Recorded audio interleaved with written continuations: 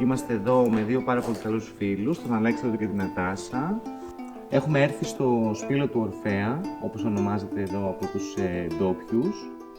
Πρόκειται να μιλήσουμε για ό,τι αφορά τον Ορφέα, για το σπήλο, για το σημείο που βρισκόμαστε και για όλη του τη ζωή. Να μάθουμε ποιος είναι ο Ορφέας δηλαδή, τι έκανε στη ζωή του, γιατί έγινε τόσο ξακουστός, τι δουλειά έχει ο Ορφέας με την Άντισσα και τι συνέβαινε εδώ σε αυτό το ναό, παύλα μαντίο, αφιερωμένο στον άνθρωπο, στον σπουδαιότερο μουσικό που πάτησε ποτέ στον πλανήτη Γη.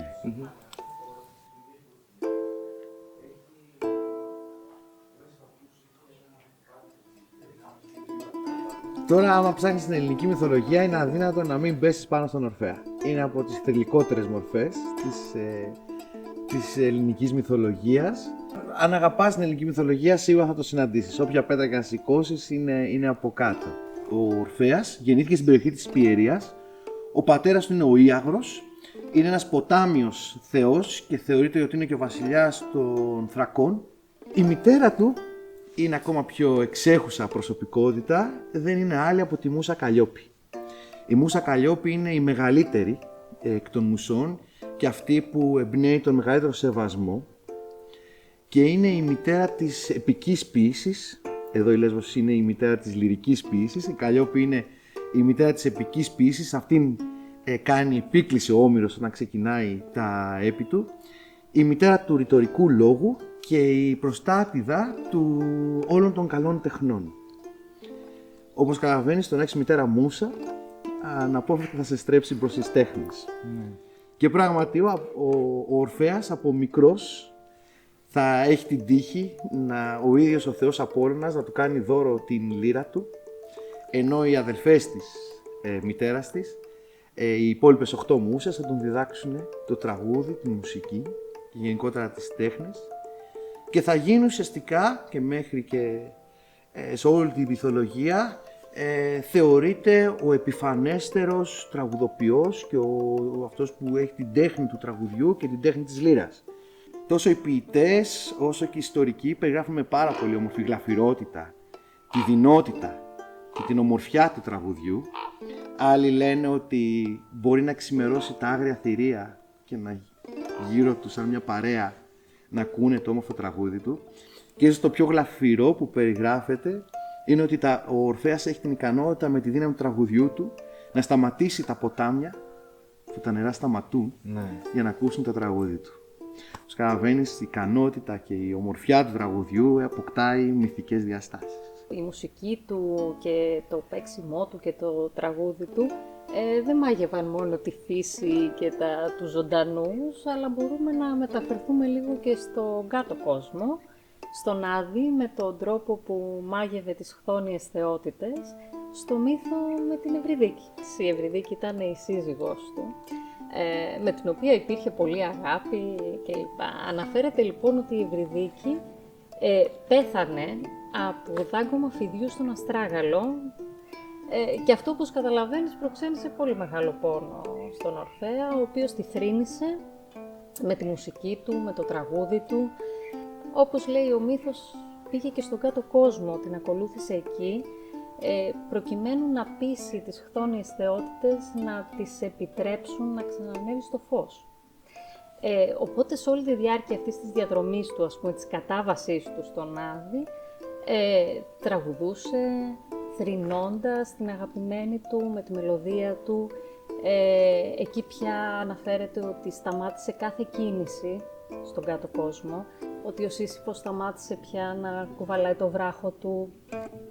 Οι ερηνίες είναι η πρώτη φορά που νιώθουν δάκρυ στα μάγουλά τους. Και όταν λέμε ερηνίες, εννοούμε τις πιο σκοτεινές θεότητες, τους μεγάλους τιμωρούς και ο φόβος και ο τρόμος των ανθρώπων που διαπράττουν τις ύβρις.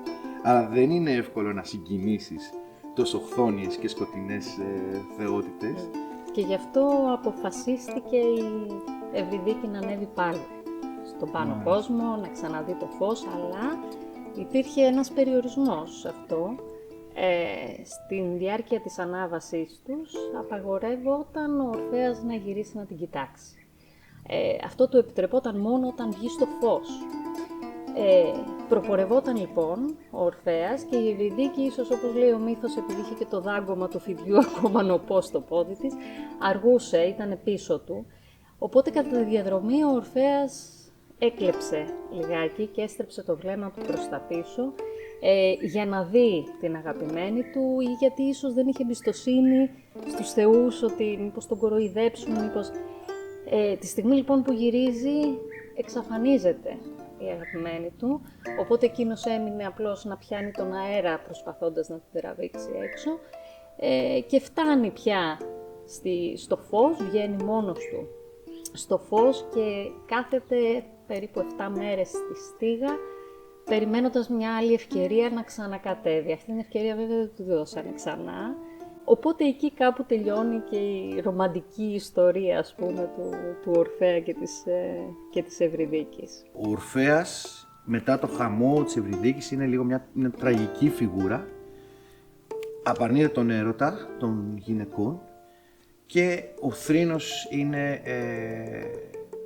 μέρος της ζωής του. Έχει κάτσει λοιπόν στην παλιά του πατρίδα, γέρος αρκετά, αλλά παραμένει πολύ όμορφος και γοητευτικός, και κάθεται στον ποταμό Ελικόνα που διασχίζει την Πιερία και τραγουδά πένθυμα τραγούδια για την αγάπη του.